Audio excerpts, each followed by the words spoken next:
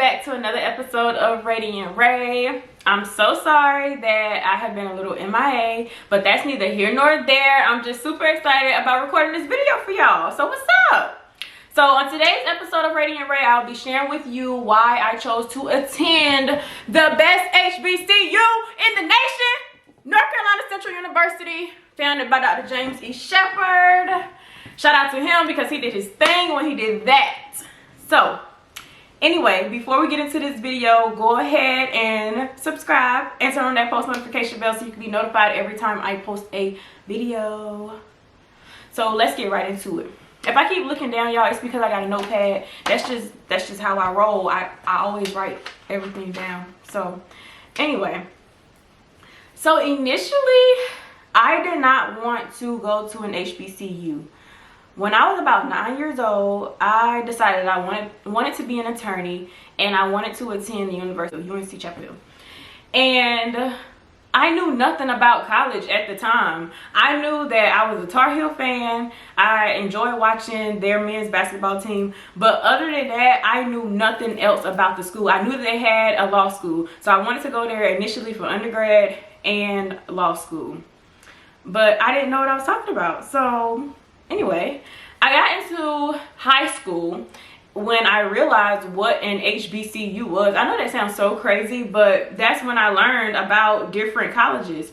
So it was my freshman year, I think it was, when I came to the realization that I wanted to be around people who looked like me. I also preferred to have been taught by people who looked like me. So I would find that mostly at an HBCU. So I started looking into different schools. And my Aunt Amy, she also is an Eagle. She went there as well. So I started talking to her about it. She was telling me about her experience. And I was like, okay, you know, I was listening, but I still didn't think that I wanted to go to Central. I just knew that I wanted to go to an HBCU. So as high school is going on, I'm looking around in my classes. And because I took honors classes, a lot of people in my classes did not look like me. And this is not to say that children of color cannot take honors courses. However, a lot of people didn't choose to. I remember sitting in my honors geometry class, and if you're watching this video and you had honors geometry with me, correct me if I'm wrong, but I can only remember one other black girl being in there with me, and it was Debrica Burnett. And we sat right beside each other. And our teacher was black. And I remember looking at her as she's teaching. I'm supposed to be listening. And in my head, I'm thinking, girl, talk your stuff. Not because people aren't capable of teaching or capable of being professional. It just warmed my heart to see Miss Everett up there teaching us. And she was a black woman. I just loved it. And I realized that I wanted more of that. So that was the first situation where I realized that this is how I want to go to college. This is what I want to experience in college. So that was freshman year. And then my sophomore year in high school, I was taking honors civics and economics. And again, my teacher was black, Mr. Brandon Howard. He taught us civics and economics. And the energy in his classroom was top notch. I used to walk out of, I think right before his class, I had English. And I used to walk out of English into his class feeling like a complete different person. It was almost like when you first get home from school and you just like, whew, thank you, Jesus. That's exactly how it felt walking into his classroom. It was just like, all right, I done made it home. Whew, cool, I get to relax. And I know that sounds crazy, but that was just how inviting his classroom was. And I never wanted that to end. I knew that I couldn't stay in his classroom forever, but I never wanted that type of experience to end. So that was that. Moving on to, Mr. Howard was also my mentor in high school, and that was like the best thing ever. So anyway, that's irrelevant. But no, it's not irrelevant. No, he went to Elizabeth City State University, and he used to always talk about the fact that he went to a HBCU. He used to talk about his experience, and I used to be like, dude, don't nobody want to go to Elizabeth City. No shade to my people who graduated from Elizabeth City. I know several people who went there, but that I didn't want to go there. He used to always talk about it. It was like a recruiter. I was like, I appreciate it, but no. So that was that. Junior year, this is where I was kind of feeling some type of way, and I was like, I have to go to an HBCU. I don't care if somebody else give me some money, I'm going to an HBCU. So my two cousins and I, and maybe one of our other friends, were probably the only black people in our honors US history class that was taught by Coach Maintenance. And I remember it feeling like a competition when our test scores would come back. So one time, and I don't even remember who it was, but one time somebody else from another ethnic background was like, hey, what did you make on the test? I probably made like an 87. And I was like, an 87? And she was like, oh, I made a 93. And I'm thinking to myself, like, girl, so? Like, I work hard for my 87. I'm not like the average kid who could just look at something and they get it just like that. No, I literally have to study it day in and day out to get it. And history is retention. So, and a lot of schooling is, but with math and stuff like that, you can, like, if you know the formula, you can get it, blah, blah, blah. But history is just retention. And I'm not gonna remember if I don't write it down. Like I told y'all, I gotta write stuff down. So that's neither here nor there. I said all that to say I worked hard for my 87, and I was proud of my 87. Furthermore, why is it a competition? So what? Like, that type of stuff shouldn't matter. And I remember my cousins and I kind of like looking out for each other, because it's not a competition for us. It was always, if one get it, we all gonna get it. If one win, we all win. Simple as that. It was about whether you understood this, not if I can do better than you. I never wanted that to be my college experience. Therefore, I started looking into different HBCUs. At that point, I looked at Winston-Salem State. I looked at Fayetteville State, which Fayetteville ended up giving me the most money, but I did not want to be a Bronco. I visited that campus, and I was like, it ain't for me. When you walk onto a campus, you're gonna know if this is the school that you should go to or not. Enjoy yourself no matter where you visit, but it's just something about when you step on a certain campus, it's gonna stand out to you. Whatever it is, I don't know what it was about Central that stood out to me, but it felt like home. I was like, this is it, I gotta be here. So anyway, I looked at Fayetteville State, I looked at A&T, because I had went to my cousin's graduation and they were lit. Okay, this is not me promoting A&T at all. No, that's our rival school. No, I'm not promoting them at all, but they were lit. However, I knew that wasn't for me. I didn't want to be too lit, if that makes sense. So no. And also, Greensboro was just a tad bit too far from home for me. Durham was far enough, but Greensboro, I was like, no, it's gonna take my parents 3 hours to get to me. It won't for me. Anyway, I ended up applying to several different schools, and when I got my acceptance letter from North Carolina Central University, I was like, Mom, I know where I'm going to school at. Like, it was just amazing. I was crying and everything. I don't know why I was crying when I knew that I would get in, because it's not that hard, but I was just so happy.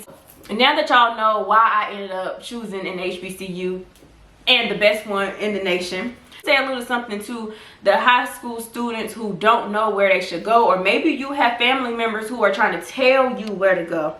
That's not gonna be okay.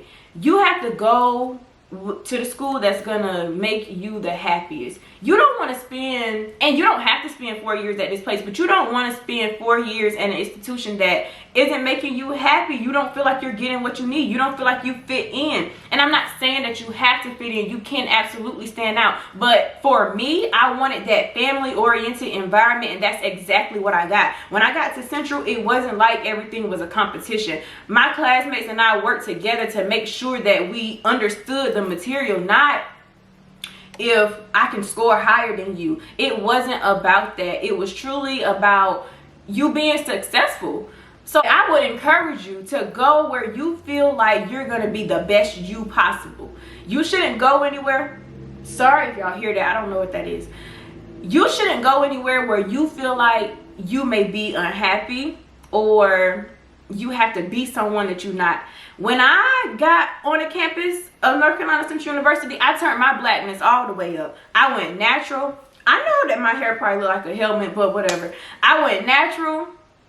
If you went to an HBCU, you will understand. You don't have to be someone that you're not. You can be your complete self unapologetically. That's what I want for everybody wanting to go to school. Whether you choose to attend a PWI, HBCU, whatever, wherever you choose to go, I want you to try to be you, 100% authentically you. It will make you feel like you are on top of the world.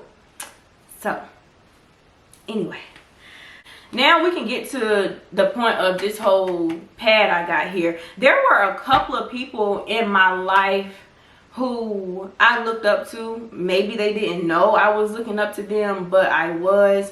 And they were able to encourage me without even talking directly to me while I was in school, and I'm so thankful for you all. So yeah, let me just name them. Cassandra and Ronald Bird. They are my cousins, and they were both educators. And it was just something about the way that they carried themselves that I just fell in love with. And I was like, you know, I aspire to be half of what they are. So thank y'all so much for sewing into me. I really appreciate it. Judge Regina Parker. So as I said before, I wanted to be an attorney, and Regina had already done that. And I would talk to her from time to time, asking her a couple of questions about law school, and she was just like, you know, just pray and you're going to be fine. And she doesn't know that that little conversation meant so much to me. I really appreciate it, Cousin Regina. Love ya. Lakia Hines. She's also my cousin. Y'all, these are not people that I'm like extremely close with or anything like that. So don't think I'm just shouting out all my family members. No, that's not what's happening. But Kiki, she went to UNCG for undergrad, I believe, and she went to the University of South Carolina for her master's. She is a social worker. Kiki made something out of nothing. She would always talk about how I'm just this little girl from Robertsonville, and that little girl from Robertsonville did her thing. And I love that about her. She just went on about her business, and she is a great woman. I love everything about her. So that's that. My Uncle Horton. Y'all, I was 15 years old working in Piggly Wiggly, and my Uncle Horton used to always come in there and be like, girl, what you gonna do with yourself? And I'm like, do I have to know? And I ain't say this to him, but in my head, I'm like, do I have to know what I'm gonna do at 15 years old, Uncle Horton? Anyway, just him making me think about my future meant something to me. And he sold into me as well, financially. He would always be putting something in my hand every time I came home, like, you know, tighten up. Basically, he would say that when he would give me some money. And then one time he said, look, girl, I done invested in you. You better make something of yourself. I did. Uncle Horton ain't doing too shabby for this girl, you know, straight out of Rogerstown. So, shout out to Uncle Horton. I've already mentioned him, Mr. Brandon Howard. He was my mentor, like I said, in high school. And he was always encouraging me to be the best me. So I thank him for all the long talks in his classroom. I used to go in his classroom crying and everything, y'all. So he was just a great asset to my life. I really appreciate him. Jaquel Brown. I ain't never met nobody that loves school like Jaquel. He is currently my mentor, and it was just something about him. Again, he's one of those ones who made something out of nothing, and I am so proud of him. And he also is the one who encouraged me to continue my education. He's probably waiting on my 5-year plan right now. We ain't gonna get into that. So, but I got you, I promise.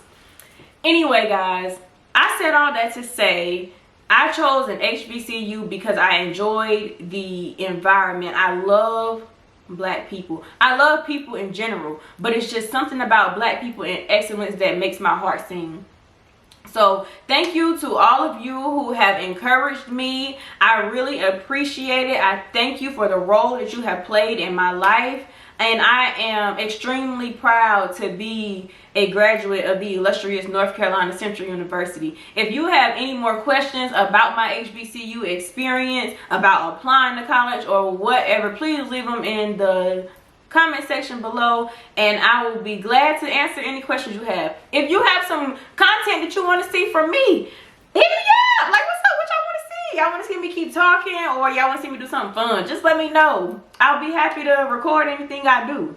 So that's it for this video, y'all. Thanks so much for watching. Don't forget to turn on that post notification bell so you be notified every time I post a video, and subscribe and like this video. Bye, y'all.